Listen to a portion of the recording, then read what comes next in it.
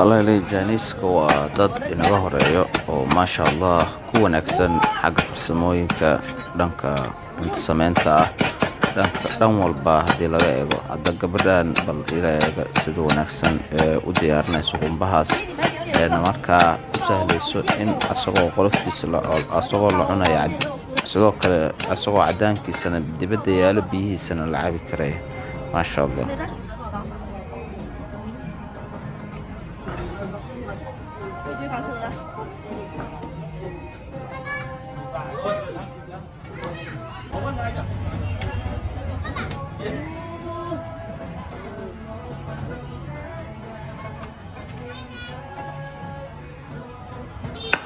Ai da! Wow! Wow! 一道一道啊，3、2、1，快！